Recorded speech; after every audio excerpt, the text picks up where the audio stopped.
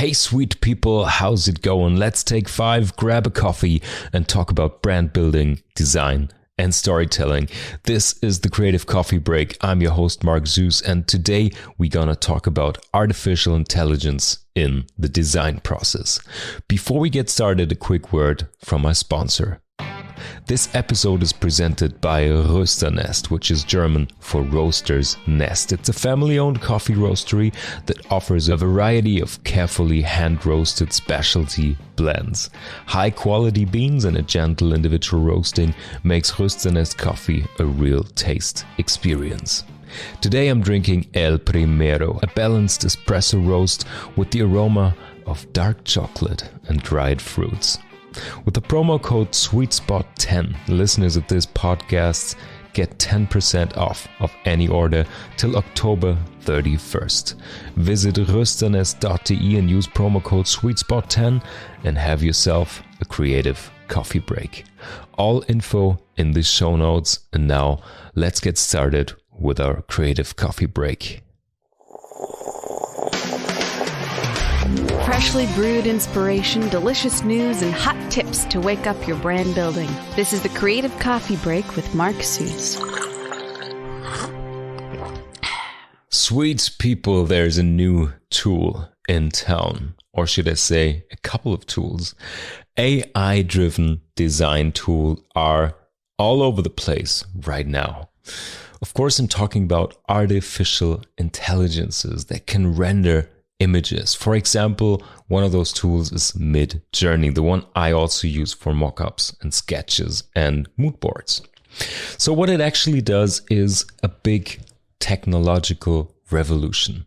If you imagine in the past, you could feed an image to an artificial intelligence and it could pretty much tell you what you can see on the image. Let's say you upload the picture of a street, it can identify the street and a tree and a car and all these objects hidden within the picture, and it can translate it into words. And now with these new AI tools, which is pretty impressive, you can turn this process around. You can actually describe an image with words, and the AI is actually going to render some pretty amazing images out of this. Let's say you imagine a face made of cheese that's up there in the night sky looking like the moon with a little plane flying next to its nose. Let's say you describe an image like this using just words. The AI will in a couple of seconds render exactly this image.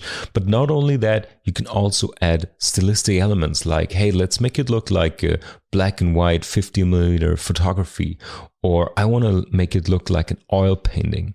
All of this is pretty easy, pretty possible. You just have to describe it, and AI tools like Midjourney are going to render a couple of images for you. So this comes with a lot of opportunities, both for creatives as well as for people that had no access to art or creative crafts for now because they just didn't have the skill set. Now they can just operate this AI and create their own creative imagery. So the big question that goes along with it is, will AI replace designers in the future? I'm absolutely convinced it won't replace designers, and I brought 3 theses to support this claim. So let's dive into it. My first thesis is there's going to be more diversity in the design market. Even before AI-driven design tools, you had so many opportunities to get design for your brand. Let's say you wanted fast and cheap, you simply used stock footage like stock photography or stock illustration, or you just used a platform like 99 Designs where you just pitch your design job and creatives from all over the world can send in their submissions. You don't have a lot of control over these two choices because you basically have to work with what you get. If you want to try and design something yourself, you can use Photoshop or a newer tool that's called Canvas, which is made for people that are not trained as designers. They use a lot of templates, they use a lot of easy to customize presets, and you get pretty okay results with this. It's not going to be outstanding design or a unique CI, let's say, but you can solve simple design tasks with stuff like that. And of course, you can get tailor-made designs. They come at a price from freelancers or design studios, but you're going to get customized, refined, and outstanding designs to really build a boutique brand. So I think AI-driven design tools are going to fall on this spectrum somewhere between stock footage and tools like Canvas. Somewhere between stock footage that you've seen a million of times and easy to use DIY design tools. It's just going to enable people to visualize or sketch ideas that they can only put into words. So my second thesis is there's going to be more beauty in general. If AI-driven design tools are able to replace the super bad stock images and stock illustrations, all of us have won already. Let's forget about random and interchangeable graphics and illustrations and photography. This would be amazing. There's going to be more beauty and a higher aesthetic demand, which in the long run is going to put more awareness to the design process and is going to be a huge win for professional designers. And my third thesis is that it's going to put a higher value on craftsmanship and human design. If you visited a trade fair over the last 5 years and you listened to a talk revolving around AI and technology, you've probably seen examples of AI-generated creative things like poetry or music.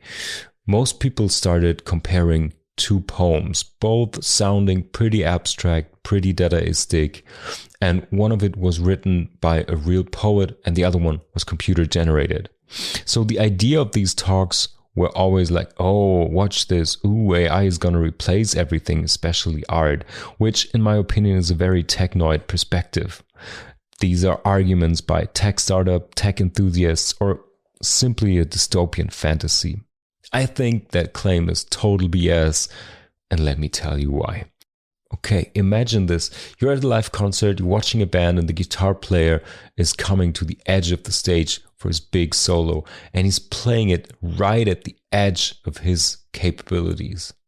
So what you can feel there is the human aspect of it. You know of all the hours and hours of practice he put into it. You know that he's making it up as he goes along. He's improvising, he's playing his heart out, and that adds so much emotional value to the creative process and to the creative result. And that's human made and that's irreplaceable. And I think this aspect in whatever creative outlet or cultural product you can consume is going to be very crucial to the whole process in the future, because whatever is done by a machine has no emotion, no cultural context to it.